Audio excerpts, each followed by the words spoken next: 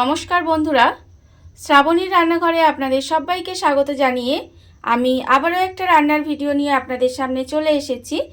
আজকের আমি আপনাদের বাঁধাকপি দিয়ে একটা অসাধারণ রেসিপি বানিয়ে দেখাবো। আশা করি আপনাদের ভালো লাগবে। তার জন্য কিন্তু আমার পুরো ভিডিওটা আপনাদের দেখতে হবে।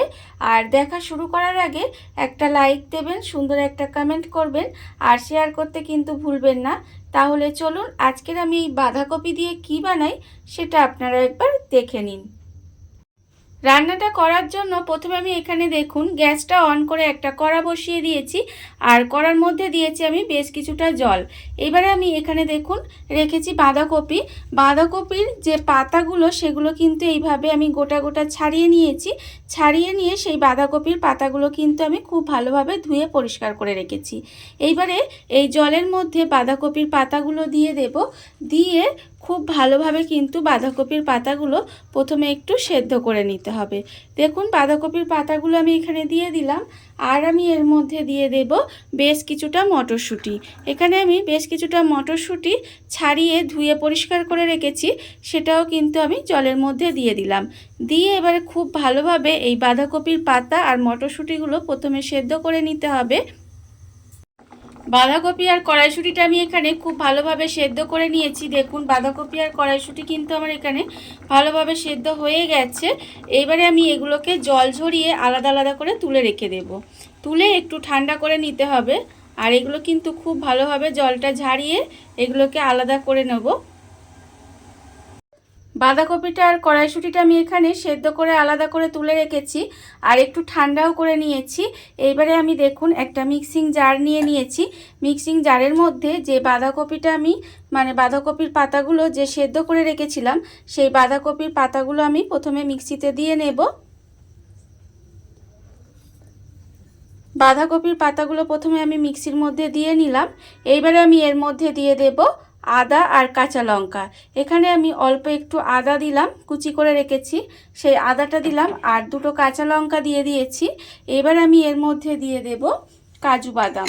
দেখুন এখানে আমি অল্প একটু কাজু বাদাম রেখেছি, সেই কাজু বাদামটাও কিন্তু আমি এর মধ্যে দিয়ে দিলাম। এবারে আমি এর মধ্যে দিয়ে দেব সাদা তিল। এখানে আমি প্রায় বড় চামচের 1 চামচ সাদা তিল রেখেছি, সেই সাদা তিলটাও কিন্তু আমি এর মধ্যে দিয়ে দিয়েছি। এবারে আমি এর মধ্যে দেব টমেটো। এখানে আমি একটা মাঝারি সাইজের টমেটো কুচি করে রেখেছি, সেটাও কিন্তু আমি এর মধ্যে দিয়ে দিলাম। এবারে সমস্ত কিছু একসঙ্গে প্রথমে আমি খুব ভালোভাবে পেস্ট করে নেব। আর এর মধ্যে কিন্তু আমি কোনো রকম জল ব্যবহার করব না, এমনি কিন্তু শুধু এইগুলো দিয়েই প্রথমে একটু পেস্ট তৈরি করে নিতে হবে। সমস্ত কিছু আমি এখানে খুব ভালোভাবে পেস্ট করে নিয়েছি। দেখুন এটা কিন্তু পেস্ট হয়ে গেছে। এইবারে আমি এটা একটা বাটির মধ্যে আলাদা করে ঢেলে রেখে দেব। এটা কিন্তু আমি একটা বাটির মধ্যে ঢেলে নেব। এখানে আমি পেস্টটা দেখুন আলাদা একটা বাটিতে ঢেলে রেখে দিয়েছি।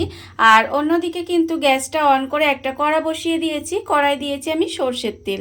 এখানে আমি রান্নাটা সর্ষের তেলে করছি, আপনারা চাইলে কিন্তু এটা সাদা তেলেও করতে পারেন। এবারে দেখুন তেলটা আমার যতক্ষণে গরম হচ্ছে ততক্ষণ আমি কিন্তু এখানে পনির রেখে দিয়েছি। আর পনিরটা কিন্তু আমি এখানে দেখুন একটু বড় সাইজ করে এইভাবে চৌকো চৌকো করে কেটে রেখেছি। এবারে পনিরের মধ্যে আমি প্রথমে দিয়ে দেব অল্প একটু নুন।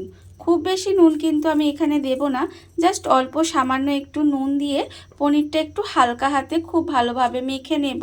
মেখে নিয়ে তারপরে আমি তেলের মধ্যে পনিরগুলো দিয়ে হালকা করে একটু ভেজে নেব। দেখুন আমি কিন্তু পনিরের মধ্যে খুব হালকা হাতে একটু নুনগুলো মাখিয়ে নিয়েছি। আর অন্যদিকে দেখুন তেলটাও কিন্তু গরম হয়ে গেছে। এইবারে আমি কড়ার মধ্যে তেলটা একটু খুব ভালোভাবে লাগিয়ে নিলাম। দিয়ে এবারে পনিরগুলো কিন্তু আমি এখানে দিয়ে দেব। পনিরগুলো দিয়ে আমি কিন্তু পনিরগুলো খুব বেশি লাল করে ভাজবো না, জাস্ট একটু হালকা করে পনিরগুলোকে আমার প্রথমে একটু ভেজে নিতে হবে।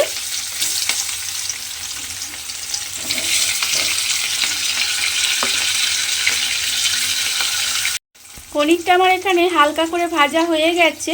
এবারে পনিরটাকে আমি আলাদা করে তুলে রেখে দেব। পনির থেকে তেলটা খুব ভালোভাবে ঝরিয়ে নেব।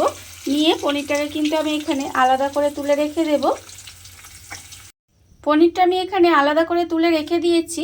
এবারে যে তেলটা আছে ওই তেলের মধ্যেই আমি রান্নাটা করব। প্রথমে আমি তেলের মধ্যে দিয়ে দেব অল্প সামান্য একটু হিং। আমি এখানে অল্প একটু হিং দিয়ে দিলাম। যেহেতু রান্নাটা আমি নিরামিষ করছি সেই জন্য হিংটা দিলে কিন্তু এর স্বাদটা অনেকাংশ বেড়ে যায়। হিংটা দিয়ে বেশিক্ষণ কিন্তু ভাজা যাবে না, তাহলে হিংটা পুড়ে যাবে আর তখন কিন্তু রান্নাটা খেতে ভালো লাগবে না। তাই হিংটা দিয়ে একটু ভেজে আমি এর মধ্যে যে বাঁধাকপি, টমেটো, আদা, কাঁচা লঙ্কা, কাজু বাদাম, তারপরে তোমার সাদা তিল, এই সমস্ত কিছু যে বেটে রেখেছিলাম সেটা কিন্তু আমি এর মধ্যে দিয়ে দিলাম। দিয়ে খুব ভালোভাবে কিন্তু এটাকে একটু এইভাবে কষিয়ে নেব। দেখুন এইভাবে কিন্তু একটু ভাজা ভাজা মতো করে নিতে হবে এটাকে দিয়ে। আর এই সময় আমি এর মধ্যে দিয়ে দেব, এখানে আমি রেখেছি দেখুন যে কড়াইশুঁটিটা আমি এখানে সেদ্ধ করে রেখেছিলাম, সেই কড়াইশুঁটিটাও কিন্তু আমি এখানে দিয়ে দিলাম। দিয়ে কড়াইশুঁটিটাও খুব ভালোভাবে এর সঙ্গে মিশিয়ে এইভাবে একটু রান্না করে নিতে হবে। খুব বেশি সময় কিন্তু আমি এটা রান্না করব না, অল্প একটু সময় ধরে এটা একটু রান্না করে নেব। এই ধরুন 1 মিনিট মতো এটা কিন্তু আমি একটু রান্না হতে দেব। বাঁধাকপি তো আপনারা অনেক রকমভাবেই বানিয়ে খেয়েছেন, এইভাবে একবার বাঁধাকপিটা বানিয়ে খেয়ে দেখবেন, খেতে কিন্তু অসম্ভব সুন্দর হয়। দেখুন এটা কিন্তু আমি 1 মিনিট মতো এইভাবে একটু রান্না করে নেব। 1 মিনিট মতো আমি এটা একটু এইভাবে রান্না করে নিয়েছি।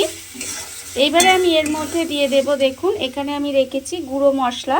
গুঁড়ো মশলার মধ্যে আছে আমার এখানে আন্দাজ মতো নুন, হাফ চামচের মতো হলুদ গুঁড়ো, হাফ চামচ লঙ্কার গুঁড়ো, হাফ চামচ জিরের গুঁড়ো, হাফ চামচ ধনের গুঁড়ো, হাফ চামচ কাশ্মীরি লঙ্কার গুঁড়ো, আর আছে হাফ চামচ চিনি। এই সমস্ত কিছু কিন্তু আমি এখানে দিয়ে দিলাম। দিয়ে এবারে এর মধ্যে অল্প একটু জল দেব। আমি মিক্সি ধুয়ে অল্প একটুই কিন্তু এখানে জল দিতে হবে, খুব বেশি জল কিন্তু এর মধ্যে দেওয়া যাবে না। এই অল্প একটু যে জল দিলাম এটা দিয়ে খুব ভালোভাবে কিন্তু কষিয়ে নিতে হবে। খুব ভালোভাবে এটা আমি কষিয়ে নেব। গুঁড়ো মশলার সঙ্গে অল্প একটু জল দিয়ে দেখুন এটা কিন্তু খুব ভালোভাবে আমি কষিয়ে নিয়েছি। খুব ভালোভাবে কিন্তু এটা আমাকে একটু কষিয়ে রান্না করে নিতে হবে। যখন দেখবেন এটা বেশ ভালোভাবে কষানো হয়ে গেছে তখন আমি এর মধ্যে দিয়ে দেব যে পনিরগুলো আমি এখানে ভেজে রেখেছিলাম, সেই পনিরের টুকরোগুলো কিন্তু আমি এর মধ্যে দিয়ে দিলাম। পনিরগুলো দিয়ে আবারও কিন্তু এটাকে এইভাবে একটু রান্না হতে দিতে হবে। দেখুন পনিরটা দিয়ে কিন্তু এটা আমি প্রায় 7 থেকে 8 মিনিট মতো এইভাবে একটু রান্না করে নেব। পনিরটা দিয়ে আমি কিন্তু এটা এইভাবে একটু 6 থেকে 7 মিনিট মতো রান্না হতে দিয়েছিলাম। দেখুন যখন দেখবেন এইভাবে একটু শুকনো শুকনো হয়ে ভাজা ভাজা মতো হয়ে যাবে, যখন দেখবেন চারপাশ থেকে তেলটা বেশ ছেড়ে ছেড়ে দেবে, ওপরে উঠে আসবে তেলটা, তখন আপনারা বুঝবেন যে রান্নাটা কিন্তু এবার হয়ে এসেছে। দেখুন এটা কিন্তু রান্নাটা প্রায় রেডি হয়ে এসেছে। আমি এটা নামানোর আগে এর মধ্যে দিয়ে দেব অল্প সামান্য একটু গরম মশলার গুঁড়ো, আর দেব আমি এখানে অল্প একটু ধনেপাতা কুচি ওপর থেকে ছড়িয়ে দেব। দিয়ে খুব ভালোভাবে কিন্তু এটা আবারও মিশিয়ে দিতে হবে। এইভাবে কিন্তু খুব ভালোভাবে মিশিয়ে দেব। মিশিয়ে ঢাকা দিয়ে ঢাকা দিয়ে কিছুক্ষণ রেখে দিলেই কিন্তু রান্নাটা আমার এখানে রেডি হয়ে যাবে।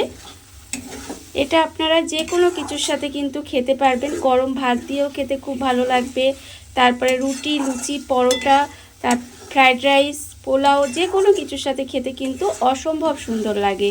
এইভাবে আপনারা একবার হলেও বাড়িতে বানিয়ে দেখবেন, খেতে কিন্তু ভীষণ সুন্দর হয়। দেখুন রান্নাটা আমার রেডি হয়ে গেছে। এবারে গ্যাসটা অফ করে কিছুক্ষণ এইভাবে ঢাকা দিয়ে রেখে দেব। রেখে দিলেই কিন্তু রান্না আমার একেবারে রেডি হয়ে যাবে। দেখুন বন্ধুরা, বাড়িতে থাকা কত অল্প উপকরণে কত অল্প সময় কত সুন্দর একটা বাঁধাকপির রেসিপি তৈরি হয়ে গেছে, আপনারা দেখতেই পেলেন। আর এটা কিন্তু আমি আগেও বলেছি, গরম ভাত দিয়ে খেতে, রুটি, লুচি, পরোটা, পোলাও, ফ্রাইড রাইস যে কোনো কিছুর সাথে খেতে কিন্তু অসম্ভব সুন্দর হয়। এইভাবে আপনারাও একবার হলেও বাড়িতে বানিয়ে দেখতে পারেন।